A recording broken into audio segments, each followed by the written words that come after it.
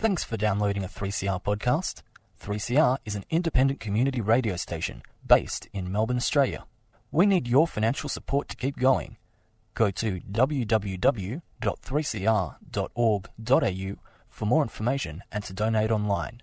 Now stay tuned for your 3CR podcast.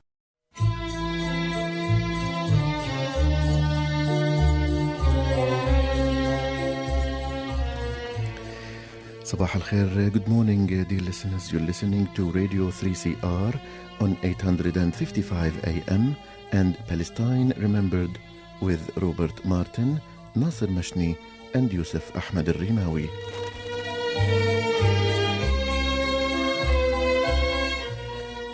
Palestine Remembered is Australia's only English-language radio program that is totally dedicated to Palestine.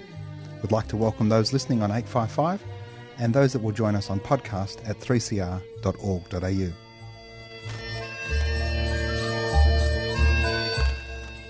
Thanks for joining us. Stay with us and enjoy the episode.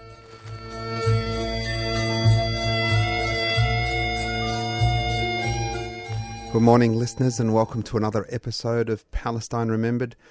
A big shout out again to all the volunteers at 3CR for continuing to platform Palestine and giving us an avenue to speak truth to power. We keep getting silenced in the media in any number of different ways, whether it's our press releases that, 2 or 3 words get cut out of, or an interview, 5 or 6 minute interview that we do to camera, and then less than 10 seconds gets aired, and it's the 10 seconds they choose to do. But here at 3CR, we get to speak for as long as we want about whatever we want, unrestricted and uncensored. So a huge thank you to all the team at 3CR, and in particular Giselle, who's joining me today and is a superstar supporter of Palestine and just the power of a woman. Thank you so much, Giselle. Well, all I'm doing, just to clarify for the listeners, is I'm panelling and making sure that Nasser's voice gets on air, but actually you're the hero of the show, my friend. Well, I don't mind that. But the panelling is not a little work. It looks like the Starship Enterprise in here. But we continue to be uplifted by our dear friends, and I just want to do a couple of plugs for a couple of fundraisers. Out of nowhere, we've got Irish Artists for Palestine Naarm. Irish Artists for Palestine Naarm.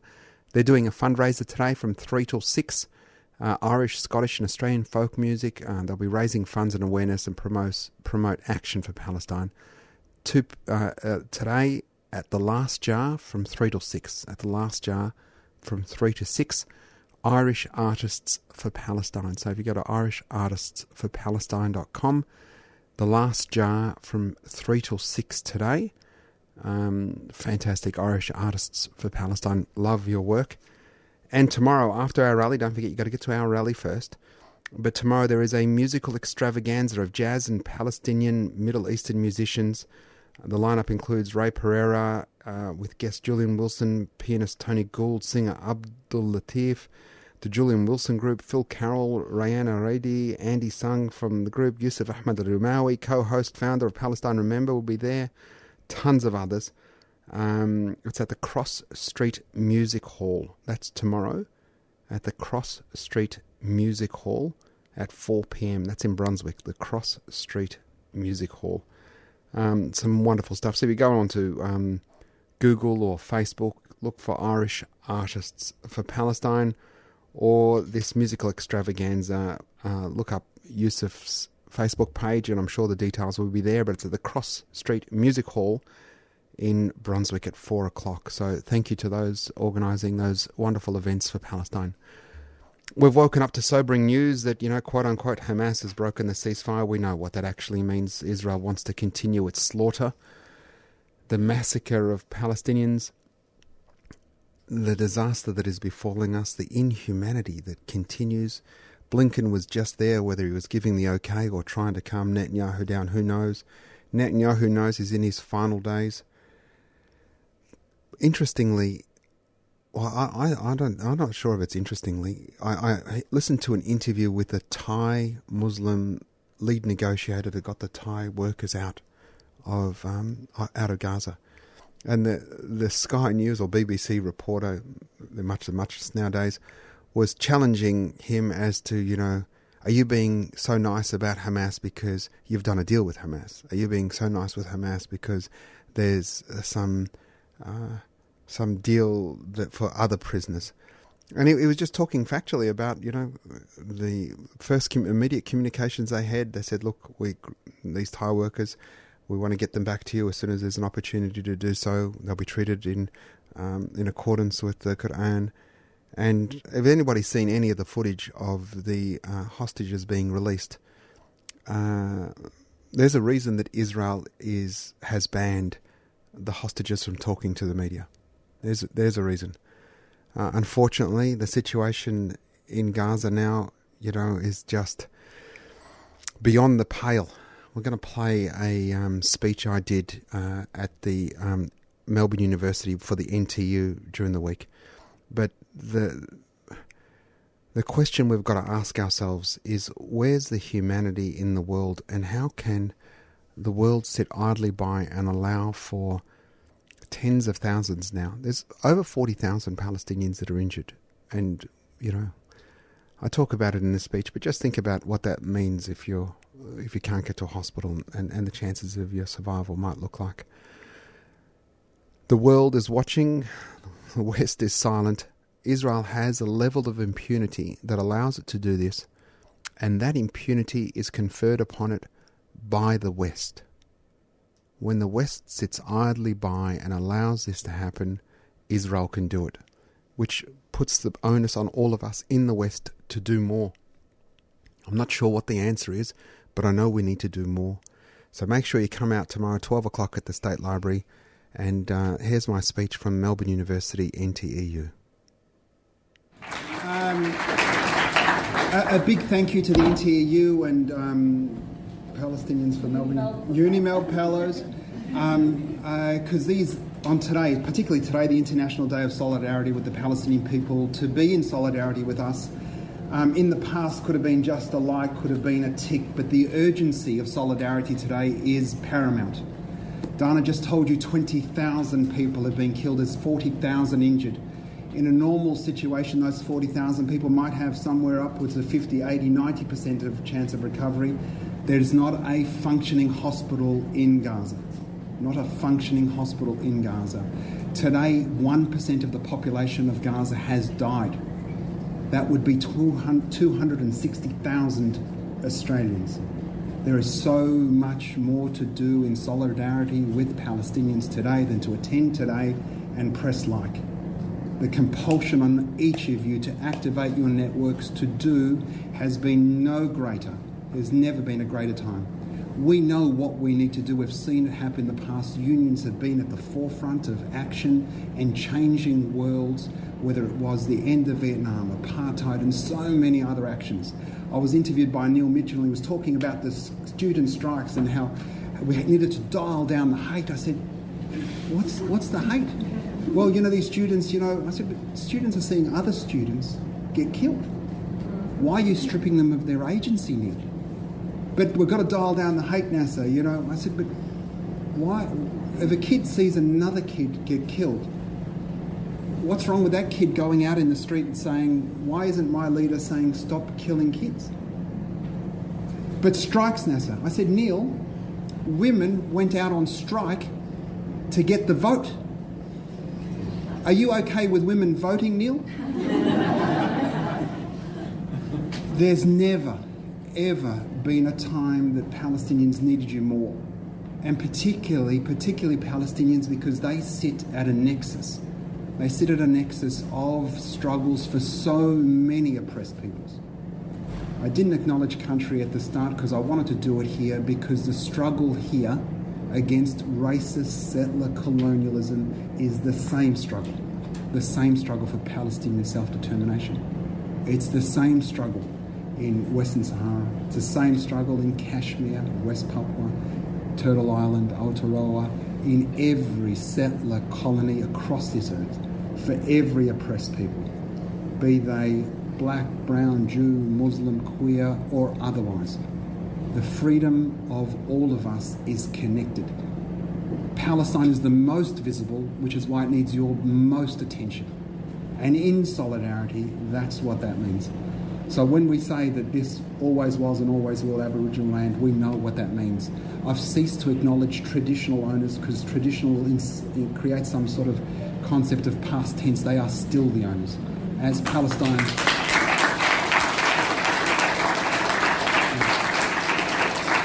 And that was courtesy of Francesca Albanese, who did a wonderful presentation earlier this month. As Palestine always was and always will be Palestinian, and to be Palestinian is to be anything. Muslim, Christian, Jew, Samaritan, agnostic, atheist, McDonald's hamburger eater. Anyone can be Palestinian. The cruelty that is happening in Gaza doesn't happen in isolation. It happens when the world closes its eyes, as it has, because Israel is normal. Israel craves normalcy. Look at us at Eurovision. We've got actors and actresses. It is not a normal joint. It is a settler, racist, ethno-nationalist country embedded in every bit of white supremacism and hate that can manifest itself. But it can be better. Like every country, can be better, and it's our duty to make it better. It is an apartheid state. Hi, I'm Michelle Briere, Mani Dubanese, Ojibwe from Canada. And I am Shakti Hayes from the Cree Nation, Canada. And you're listening to 3CR Community Radio. And we love and support community radio. Why? Because it speaks the truth. There are 8 types of Palestinians. 8 types of Palestinians, and in any world where there is more than one type of human being, that's a f***ing problem. If there's 8 times, that's a huge problem. It might not surprise you, but I'm the best of those. I say I'm the best of those, I'm actually the least connected of those too. As the best of those, what that means is I'm Western educated, Western assimilated, Western passport holder. I look like them, but I sound like us. It's a real disconnect for some white racists when I tell them that. But I'm most disconnected. My passport can't be stripped of me, but I've had the opportunity to live the great Australian dream. My fridge is full. I get to travel with an Australian passport. And, sounding like us makes it a bit easier for me to get a job. The second type of Palestinian is a 48 Palestinian. We call them 48ers. The Israelis call us Israeli Arabs. They're citizens of the state of Israel, so they've got a passport. But there are over 50 laws that determine that they're not first class. They get to vote, but they can't live in certain communities because they don't meet the cultural and social construct of that society because they're not Jewish. And there's ways and means that they work out, because Dana is a name that could go either way.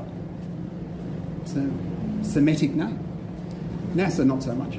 Muhammad, not so much, but Dana certainly is one. And so if Dana went to live in one of these communities, they might say, geez, we're not really sure if Dana is one of us or one of them. Because most Israeli Jews actually look like us. They're, Semitic, Arab, African-looking people. Like there are Scarlett Johansson types, Benjamin Netanyahu types, and no Palestinian denies Jewish connection to Palestine. We don't deny Jewish connection. We don't accept that it's superior. Nor do we accept that ours is superior. We accept that there's only one type of human on this precious earth, and we are all equal. And that anybody thinks they're better than somebody else, the problem's with them, not with this person. That if you're a 48 Palestinian, Dana goes to the admissions committee to live in a community. Can you imagine an admissions committee? So Dana, when did you serve in the IDF? What was your years of service? I didn't serve in the IDF. Oh, were you injured? No, I wasn't injured. No worries. We'll get back to you, Dana. That was a quick interview. So she can't live in that community, but she's number 2 Palestinian. She's got a passport, she's a citizen, she gets to vote. The 2018 nation-state law says, Dana, the state of Israel is for Jewish self-determination and Jewish self-determination alone. We want to make sure you understand you don't belong. She's a number 2 Palestinian, not quite a number 1. A number 3 Palestinian is a Palestinian that lives in East Jerusalem. They're not a citizen. They've got a Jerusalem ID, which means that they can live in Jerusalem, but at any time they have to prove that Jerusalem is the centre of their life. Now, as Dana told you, we're the most educated people in the world because we can't buy houses or land or anything, so we might as well spend that money on education. And so our brilliant young women and boys travel the world and, just really uplift us and shine an example on what Palestine could be if you let us be free. And so Dana comes to Australia, and she does her masters here, and her tutors go, "You're a superstar, Dana. I've organised a PhD for you." She gets a PhD, does a couple of years of consulting, and then goes back to Jerusalem. And then she gets a call from the Civil Administrative Authority and says, "So Dana, what we want to do is just make sure that you've fulfilled your obligations under an East Jerusalem ID, and we want to prove that Jerusalem is the centre of your life." And so Dana says, "I was born in 1985, I went to Jerusalem Primary School." And they go, no, the past 10 years. Yeah, after Jerusalem Primary School, I went to Jerusalem High, the past 10 years.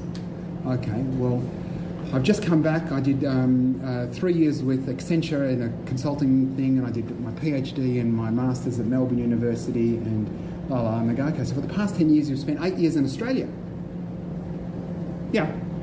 So Jerusalem hasn't been the centre of your life for the past 10 years. Residency revoked. Tens of thousands of Palestinian Jerusalemites have had their residency revoked. Millennia attachment to the land. Number 3, Pala. Number 4 Palestinian is a Palestinian who lives in the West Bank. They weren't part of the 1948 catastrophe, Nakba, or ethnic cleansing of Palestine, and they live in an ancestral piece of dirt that they've got connection to, and were never part of it. They're not citizens, they don't get to vote, they're under Israeli military law. Their kid gets snatched up and held in administrative detention for 6 months at a time for throwing a stone at a tank, or perhaps just walking to their sister's house to get dinner. Questioned in a foreign language, made to sign a confession in a language they don't understand, with no parent, no advocate present, tried in a military court by a judge who's a settler. 2 years, 99.9% conviction rate, because CSI works brilliantly in the military courts of Israel. Number 4, Pala. And number 5 Palestinian is a Palestinian who was ethnically cleansed in the demographic engineering that created a Jewish majority state in a land where there was a Jewish minority, like my father, driven out of their homes after massacres at the end of a bayonet, and ended up refugees inside historical Palestine from the river to the sea. But they're refugees. So they own no land. They live in refugee camps for now 75 years. They have no opportunity to vote. Their kids get taken away, etc. But they, without the concept of land for rural people, they work itinerant jobs. Number 5, Palo. Number 6 Palestinian is a Palestinian that was ethnically cleansed outside of historic Palestine and lives in a collar country. Lebanon, Syria, Jordan, Egypt, perhaps in the past Iraq. And those Palestinians that might have gone there with a little bit of money, maybe a bit of gold, maybe married well, and might have become citizens of those countries and have got a passport. And so they've had the benefit of being perhaps able to travel, maybe get a better job, etc. And that's a number 6 Palestinian. Number 7 Palestinian. Number 7 Palestinian is a Palestinian that was ethnically cleansed in 48, didn't make it into the West Bank, ended up in a collar country, but is a refugee. And is a refugee in one of those collar countries without citizenship, without paperwork, without the opportunity for job, is educated in an UNRWA unfunded school, is dependent on aid 75 years after they were thrown out of their home. And number 8 Palestinian is the Palestinian you see today who stands steadfast, unbroken in Gaza, who has suffered under the most brutal of racist attack that anyone could imagine. When unrestrained evil and unrestrained racism and unrestrained support manifest itself in one spot, it's like concentrating the sun's light with a magnifying glass on an ant. That's what Gaza is today. An apocalypse. They went back into a hospital this morning. Vision just came out. The doctors were thrown out, everyone at the risk of being murdered. They found the neonatal unit. The kids have started decomposing. You can only level that level. You can only subject human beings to that level of inhumanity when they've been degraded to a point of not being human. Solidarity means more than a like.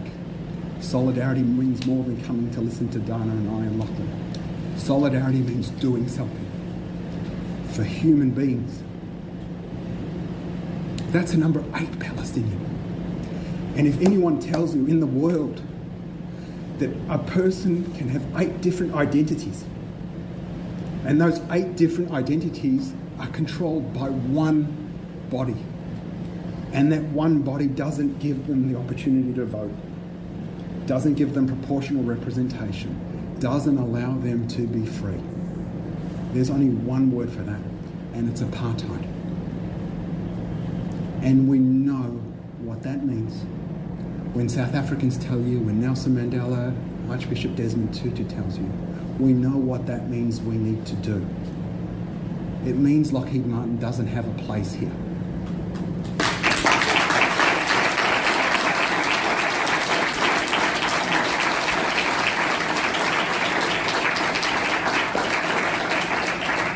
It means when we see a genocide happening, genocide isn't just the extinguishing of populations, it's the extinguishing of culture. It's the extinguishing of connection to the land. They've destroyed every library, every tertiary institution, every secondary institution. There's not a hospital that works. In 1948, the Nakba that forced so many Palestinians out was driven at the end of a bayonet. And I say that often. At least that was, I heard somebody say, there was a little bit of honour in that. Somebody might have resisted and died. But what the ethnic cleansing of Gaza is a grenade. They've rolled in a grenade. Gaza is going to be uninhabitable for a generation, perhaps 2. And where are those kids going to be educated? And where are their families going to be when those kids are getting educated? They're not going to be in Gaza. And if you were a refugee in Gaza, living in a refugee camp for 75 years with no connection to the dirt other than being less than a day's walk to where your grandmother is buried, but that fence denies you that. Your religion denies you that, aided and abetted by a Western imperialistic system that says they're right, they belong, they're normal, you don't. Why would you go back? This is a 10 or 15 year delayed onset ethnic cleansing, and we cannot sit by and idly allow it to happen. This is a calculated and vindictive plan to move Gaza to somewhere else. Be under no illusion. The motion that this division, the NTEU Vic division, I saw it online, it was fantastic. Go out to your branches. We need everybody to be passing these motions. We need to be working with other unionists for Palestine. If you haven't connected to them, please do. Don't allow yourself to be caught into both-siderism. There is no both sides. Somebody is getting the shit kicked out of them by somebody else. It is very clear that it's not complex. We understand as Australians, as settlers, what settler colonialism looks like. The language of settler colonialism is violence. We see it here, Indigenous deaths in custody. We see it in here with youth incarceration. We see it in here with kids getting taken away from their parents. We know how it's manifested itself. There is no two sides. There is one side, and it's a shared humanity. If you can't sign on to shared humanity, that's okay.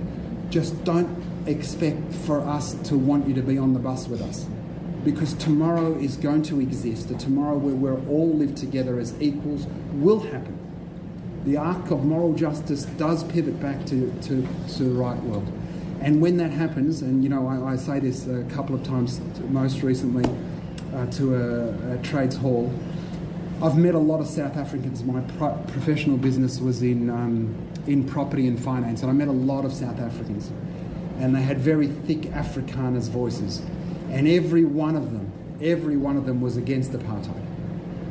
Every one of them. And it's fantastic. I'm so excited to meet these people that were against apartheid. And I'd say, when did you come to Australia? And they say, 1997.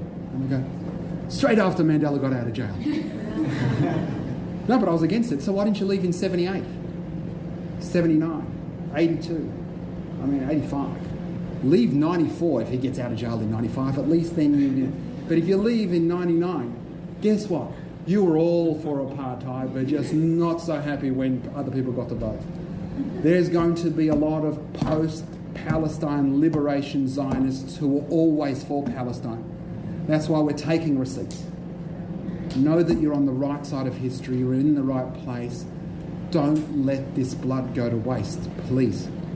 There's never been a more important and urgent time for you to connect. There's a trade unionists for Palestine's sign-on letter. There's over 3,000 people have signed it. Put your name on there. We are stronger together. We are stronger together. I mean, you should get some comfort that the trade unionists for Palestine got 3,000 names on it, and they're normal names, normal people like each of us. The statement against anti-Semitism, which is fantastic in context. We're all against anti-Semitism, Islamophobia, homophobia, all that sort of hate. Actually, before the attack on me, the Australian had this wonderful line from my rally speech. Nasser, president of the Australia Palestine Network, said that this rally was a rally against settler colonialism. It's against racism. It's against all hate, anti-Semitism, Islamophobia, homophobia. And if those attributes look like any of you, you don't belong here. Peter Dutton's got a rally down the corner. I'm sure he'll welcome you. I thought some of my best work, but, you know, they thought I was a bad guy. The statement against anti-Semitism, which should stand alone, but today is being used as a way to silence us, which is why, saying the word Palestine is anti-Semitic today. Wearing a keffiyeh is anti-Semitic today. The rise in anti-Palestinian racism, which is different to Islamophobia, is astronomical. We had a woman a graduate lawyer in a prestigious city law firm, liked a post saying, Q&A, you are bastards for being mean to Nasser. And the partner, an equity partner in that law firm, made a complaint to HR. She was called in and said, unlike that, and maybe you should start looking somewhere else. A kid went to a cultural day in New South Wales, come dressed in your culture, went in a keffiyeh, they went, you need to go home. That's hate. So anti-Palestinian racism is not Islamophobia. So this anti-Semitism statement, which we should all be party to, but is being used maliciously to silence us. Have a look at the names on there. There's a reason our name's not on there, because we don't want to be on there with John Howard. We don't want to be on there with all these billionaires, etc., because we are against anti-Semitism. Anti-Zionism is not anti-Semitism.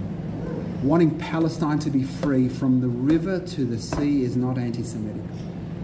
Hate and racism is wanting only half the people to be free from the river to the sea, and that's Zionism, and that's the apartheid state of Israel.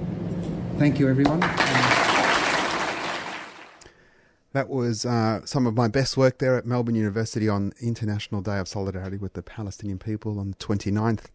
Make sure you get along tomorrow, State Library, 12 o'clock. Be there, show up, micro actions, bring your friends along. Don't stop talking Palestine. We need you more than ever. That's it for Palestine Remembered this week. We'll be back next Saturday from 9:30 with more news and information about what's happening in Palestine. Thanks for listening. Be sure to share the podcast and listen in next week. Because the Palestinian fight isn't just the Palestinians' fight, it's all our fight, because it's a fight not just about land, it's about a fight for freedom. Everybody should be standing here today saying, Free Palestine. Solidarity with our Palestinian brothers and sisters on behalf of the Gumbaynja Nation, my people who've never ceded their sovereignty.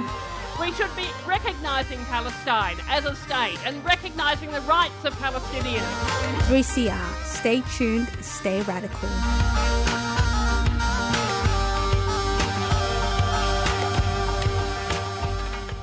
You've been listening to a 3CR podcast produced in the studios of independent community radio station 3CR in Melbourne, Australia. For more information, go to allthews.3cr.org.au.